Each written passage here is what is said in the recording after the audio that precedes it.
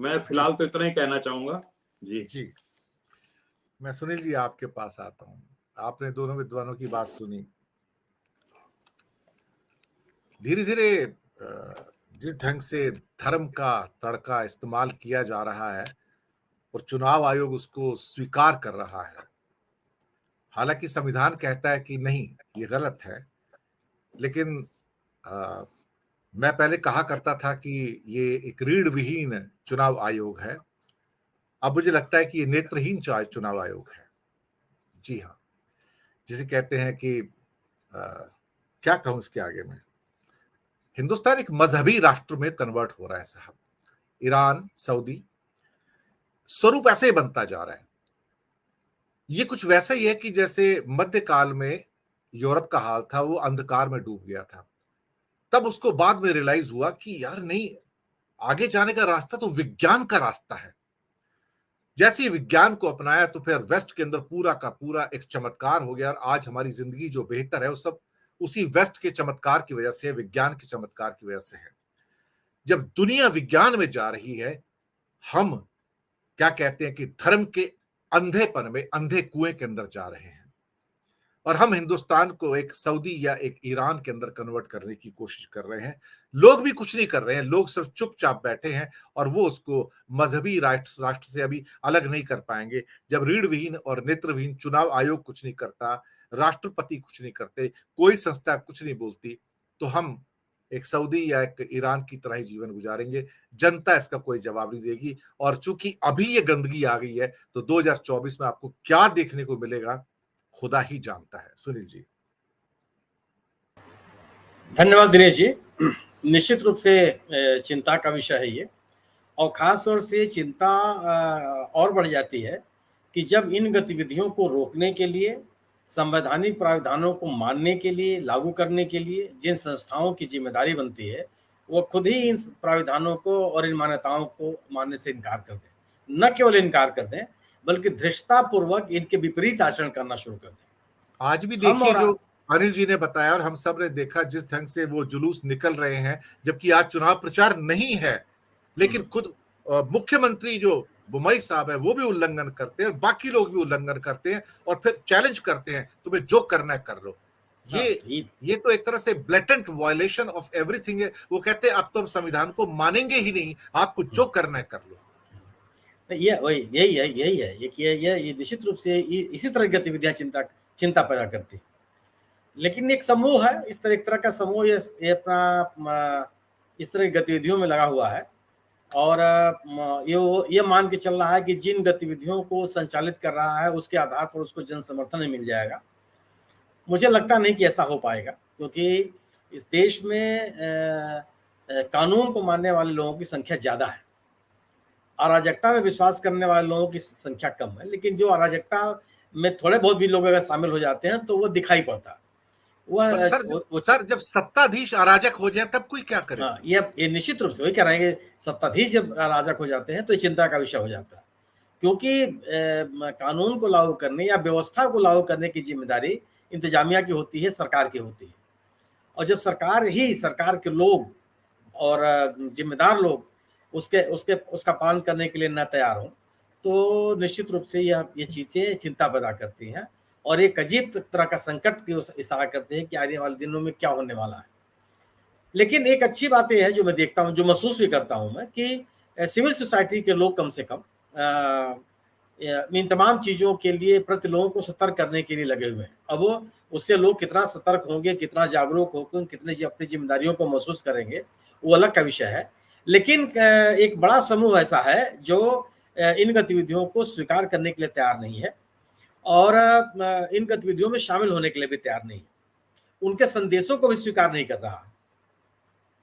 ठीक है, करना मतलब एक इससे बड़ा गैर जिम्मेदाराना काम कोई नहीं हो सकता कि जब चुनाव के मतदान के दिन पहले सब कुछ सामान्य हो जाना चाहिए, कोई भीड़ इकट्ठी नहीं होनी चाहिए, लोगों को किसी तरह का जुलूस निकालने की अनुमति नहीं दी जानी चाहिए। वहाँ ये स्थिति चल रही है, कोई रोकने वाला नहीं है, क्योंकि जिनको रोकना चाहिए था वही इन चीज़ों में शामिल है। ऐसे में लोगों की जागरूकता ही इन चीज़ों को रोक सकती है। राजनीति सही है, जिसे धनंजय जी ने कहा कि राजनीति अब जनसेवा का विषय नहीं है, समाज को नेतृत्व देने का विषय नहीं रह गया। समाज में फैली हुई कुरीतियों और अंधविश्वासों को दूर करने का मुद्दा नहीं रह गया है। ये सपना ही नहीं है, अब ये एक तरह का निवेश है। मतलब स्थिति यह हो गई है कि अगर एक परिवार में 3 भाई हैं तो 3 अलग अलग पार्टियों में राजनीति करते हैं कि कोई भी सत्ता में हो, उनके जो उनके व्यावसायिक स्वार्थ है उनकी पूर्ति होती रहे। तो जो एक आदर्श की स्थिति थी, और निश्चित रूप से उस आदर्श की स्थिति में तो बहुत जबरदस्त गिरावट आई है। यह उसी तरह का गिरावट है जो समाज के अन्य क्षेत्रों में गिरावट है। और जिस तरीके से एक ऐसी परंपराएं चल निकल पड़ी हैं जो हर तरह से समाज के लिए घातक है, एक स्वस्थ समाज के निर्माण के लिए घातक है। एक लोगों को राजनीति के माध्यम से जो सपने दिखाए जाते हैं उन सपनों को भी पूरा करने में वो एक तरह की बाधा, बड़ी बाधा। लेकिन ये जरूर है कि मैं ये भी मानता हूं कि बहुसंख्यक समाज मतलब कि समाज का बड़ा वर्ग इन चीजों में शामिल नहीं है, वो स्वीकार नहीं कर रहा। अगर वो जिस दिन बड़ा वर्ग इसको स्वीकार करने लगेगा तो हमको आपको सूडान और सीरिया होने में समय लगेगा नहीं। लेकिन वो स्थितियां है नहीं, आप कुछ भी कर ले। ये लोगों ये मानते हैं कि इस तरह के हथकंडे अपना करके वो जो उनके क्षुद्र राजनीतिक स्वार्थ है उनकी पूर्ति जल्दी हो जाएगी और बड़े पैमाने पर लोग उनके पीछे इकट्ठे हो जाएंगे। लेकिन मुझे लगता नहीं। और आप बम्बई जी का क्यों वो कर रहे हैं? आज मैं कहीं ट्विटर पर ही देख रहा था, सम्मानित प्रधानमंत्री जी की एक अपील आई है। हालांकि वो अपील जो है वो लोगों से मतदान की अपील के नाम पर जारी की गई है, लेकिन वो सब बातें कहते हैं। वो जो पहले तो एक अपील एक लाइन की अपील होती थी कि सभी लोग मतदान में भाग लें, बढ़ चढ़ के मतदान में भाग लें, ज्यादा से ज्यादा लोग मतदान के लिए निकले। लेकिन एकदम पूरी बात उन्होंने कही है कि मतलब बीजेपी क्यों होना चाहिए, हम क्या चाहते हैं, हमारा लक्ष्य क्या है और हमको आपका आशीर्वाद मिलता रहा है, तमाम बातें उन्होंने कही है। और चल रहा है, आज की तारीख में चल रहा है। जबकि आप सोचिए कि निर्वाचन आयोग ये कहता है कि जो किसी भी तरह का प्रचार नहीं कर सकते, आप एक समूह में कहीं जा नहीं सकते, पार्टी का नाम नहीं ले सकते हैं, उसके बावजूद भी कोई रोक टोक नहीं है। जब आप मतदान के दिन सम्मानित प्रधानमंत्री जी मतदान करने के बाद रोड शो कर लेते हैं और कोई रोकता नहीं, उसको उससे संज्ञान नहीं लेता, तो आप क्या सोच सकते हैं? ऐसे में यह निश्चित रूप से यही है कि समाज में चेतना पैदा करने वाले जो ताकतें हैं उनकी जिम्मेदारी और बढ़ जाती है। जो सिविल सोसाइटी के लोग हैं उनकी जिम्मेदारी बढ़ जाती है, उन संगठनों की जिम्मेदारी बढ़ जाती है जो समाज में लोगों को सचेत करने के लिए संकल्पबद्ध है और चाहते हैं कि वो संकल्प पूरे हों। क्योंकि इन गतिविधियों को आप स्वीकार नहीं कर सकते, इससे एक अच्छा स्वस्थ समाज आप नहीं बना सकते। लेकिन और इसका प्रतिकार कम से कम कर्नाटक के चुनाव में दिखाई पड़ रहा है और हिमाचल के भी चुनाव में दिखाई पड़ा था। लोग वह स्थिति नहीं बना पाए जो इनके इन रास्तों को अख्तियार करके उभराना चाहते थे।